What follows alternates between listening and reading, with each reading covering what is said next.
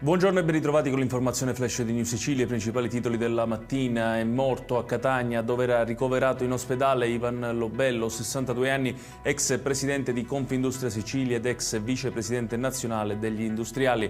Lobello è stato in Sicilia tra gli artefici del codice etico che prevedeva l'espulsione degli imprenditori che pagavano il pizzo. Incidente mortale la scorsa notte sulla strada statale 115 in territorio di Licata, nell'Agrigentino, in uno scontro frontale fra due auto.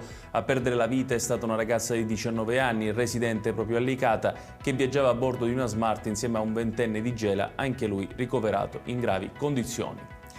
La polizia ha arrestato un 32enne di Alcamo accusato di omicidio, distruzione e soppressione di cadavere. L'uomo sarebbe coinvolto nell'efferato omicidio di Antonino Arculeo, 72enne di Partinico, il cui corpo è stato ritrovato carbonizzato nelle campagne tra Castellammare del Golfo e Calatafimi lo scorso 9 di maggio.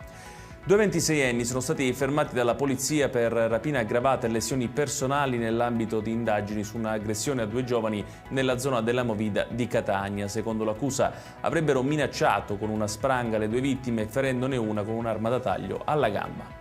Infine, i finanzieri del Comando Provinciale di Catania, nel corso di distinti interventi di controllo sul territorio, hanno arrestato 3 persone per detenzione di sostanze stupefacenti e sequestrato complessivamente circa 7 kg di droga, quantitativo che avrebbe fruttato sul mercato oltre 300.000 euro.